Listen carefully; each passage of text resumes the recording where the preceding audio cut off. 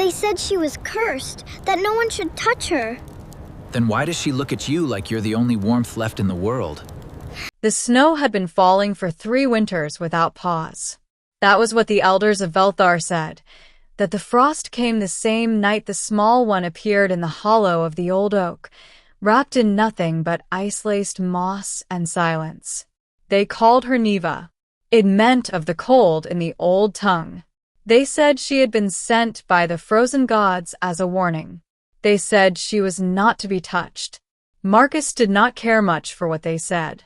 He was a traveler, a cartographer by trade, a wanderer by nature, and he had stumbled into the camp of Veltharri on the worst night of the season, half blind from the blizzard, his boots cracked open at the soles. The Veltharri were not warm people, but they were not cruel either. They gave him a place by the fire, a bowl of something thick and hot, and one firm rule: do not go near the basket by the northern tent. He had nodded. He had fully intended to obey. Then he heard the sound. It wasn't crying, not exactly. It was softer than that. A small, thin sound, like wind moving through a cracked window. Barely there. But in the deep silence of the sleeping camp, with the fire crackling low and the snow pressing against the tent walls, it was the loneliest sound Marcus had ever heard in his life. He rose before he made the decision to rise. The basket sat where they had told him it would be, just outside the warmth of the main fire's reach, placed there deliberately, he realized. Kept at the edge. Neither fully abandoned nor fully welcomed. He crouched beside it and looked inside. She was small, far smaller than he expected. She sat with her pale blue knees pulled to her chest, her long white hair trailing over the wicker edges, her enormous gray eyes staring up at him with an expression that was not fear, not anger, just a careful, ancient watching. She had pointed ears, slightly pink at the tips from the cold. Her tiny hands gripped the rim of the basket. She wore a knitted sweater, gray and thick, clearly made by someone who had cared enough to clothe her, but not enough to bring her inside. "Hello," Marcus said, in the quietest voice he owned. She blinked. Once. Slowly. He did not know why he did what he did next. Perhaps it was the cartographer in him, always reaching toward the unmapped, the unknown. Perhaps it was simpler than that. Perhaps he was just a man who could not hear a lonely sound and do nothing about it. He reached into the basket and placed his hand, gently, over hers.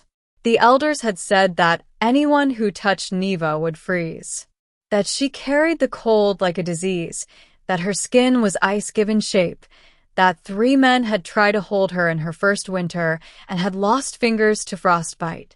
Marcus felt the cold. It was real, it was sharp, it moved up his wrist like water, but it did not bite. It simply was. Cold the way winter was cold. Uncomfortable, but not wrong. Niva looked at his hand. Then she looked at his face. Something shifted in her expression, something so subtle and so enormous that Marcus felt it in his chest before he understood it in his mind. Her lips parted. Her fingers, beneath his, uncurled from their tight grip on the basket's edge. Slowly, so slowly, they turned upward and wrapped around 2 of his fingers. She held on. The camp elder, Brindis, found him there at dawn, still crouched beside the basket, his hand still in Niva's, both of them awake and watching the pale light crawl across the snow. Brindis said nothing for a very long time. Then she sat down in the snow beside him, which Marcus suspected was not something she did lightly, and she said, "She has not held anyone's hand before." "I know," Marcus said, though he did not really. "She stopped the frost," Brindis said. "In the night. Did you feel it?" Marcus looked down. The snow around the basket, he now noticed, had pulled back slightly. Just an inch.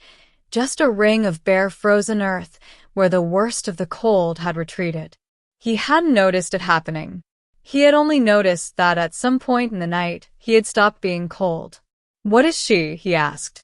"We don't know," Brindis said, with the honesty of someone who had stopped pretending. We found her. We fed her. We were afraid of her. That is the whole of what we have given her. Marcus looked at Niva. She was still watching him. She had not looked away since he arrived. He thought about what it meant to be kept at the edge of a fire your whole life, close enough to be seen, far enough to be safe from. He thought about what 3 winters of that would do to anyone, human or not. "I'm a cartographer," he told her, conversationally, as though she had asked. "I draw maps of places people haven't been. I travel a great deal. The roads are cold this time of year." He paused. "I have a good tent. Very warm. And I tend to move slow in winter." Niva tilted her head 1 degree to the left.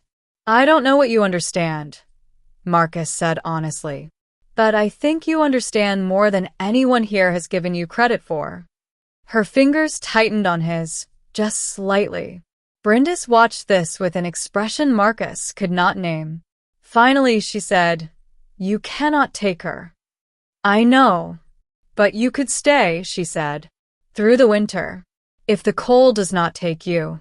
Marcus looked at the frost retreating from the basket's edges, at the thin ring of warmth that had somehow grown in the night. He looked at Niva, who was still holding his hand, who had not made a sound since he arrived, but whose silence was now a different kind, not empty, but full. "The cold won't take me," he said. He did not know that for certain. But when Niva looked at him, really looked, with those vast gray eyes that had spent 3 winters watching and waiting and holding on to a basket's edge because there was nothing else to hold, he felt certain of it anyway. Outside, for the first time in 3 winters, the snow slowed. Not stopped, just slowed. Just enough for the sun to push a single pale thread of gold through the clouds and lay it, quietly, across the frost. Niva watched it happen. Then she looked at Marcus.